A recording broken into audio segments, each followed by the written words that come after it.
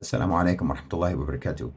If you want to express, or if you do express, sympathy or outrage over Israeli civilian casualties, then let me tell you, you are cynically using decent human sentiments precisely to support indecent, inhuman occupation because you are not actually disturbed by human suffering. You are disturbed by the inevitable consequences of causing the suffering of others. Unless you can show me where you have consistently expressed your grief and your outrage over Palestinian victims over the years, and you can't do that because if you consistently expressed your grief and your outrage over Palestinian victims, why there wouldn't be anything else on your social media accounts because there are victims daily.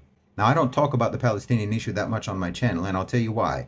Because if I were going to start talking about the Palestinian issue on my channel, then I wouldn't be able to talk about anything else.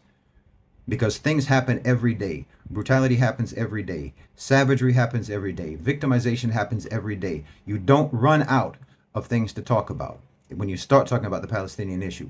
So if you're just now coming onto social media and you're talking about, oh, these poor Israelis, then let me tell you, you're saying that because you think it makes you a good person or you want to think of yourself as a good person. Well, I'll tell you to your face, you're not a good person because you're not disturbed actually by human suffering.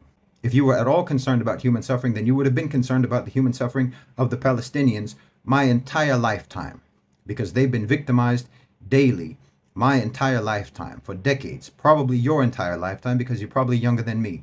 And even if you're older than me, why, it's my mother's entire lifetime. Now, someone can be disturbed when they see the suffering of civilians or they see the bloodshed of civilians. Obviously, no normal person would accept that or would feel anything but sympathy. But the only thing that makes your sentiment about that or that makes your outrage or your sympathy or your grief over something like that, the only thing that makes that authentic, the only thing that makes that genuine, the only thing that makes it not hypocritical is if you have already been feeling that for the Palestinians, because it was the Palestinian suffering being caused precisely by that grandmother or that woman or whoever who supports Zionism and who turns a blind eye to the suffering of the Palestinians the same way that you spent your whole life turning a blind eye to the suffering of the Palestinians.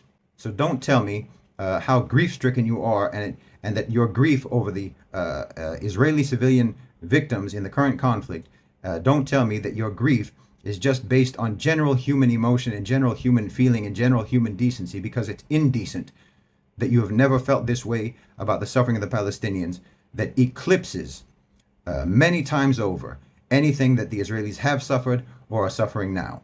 So as soon as someone expresses their grief or their sympathy for Israeli civilians or Israeli victims in the current conflict, all I hear from them is that they don't care about human life.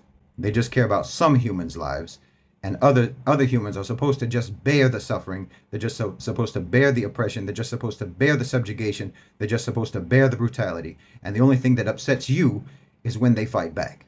That means that your actual sympathy is with the criminals and not with the victims.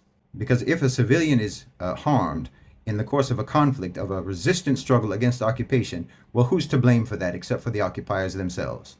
Who's to blame for that except for the people and the system that created the oppression of the Palestinians, that created the occupation, that created the resistance in the first place? And everyone knows that they have a right to resistance, legally, morally, Islamically, and in every other possible way, if you are a decent person. So if you want to avoid the admittedly ugly consequences of resistance, then first you need to prevent the ugliness of oppression and occupation and subjugation.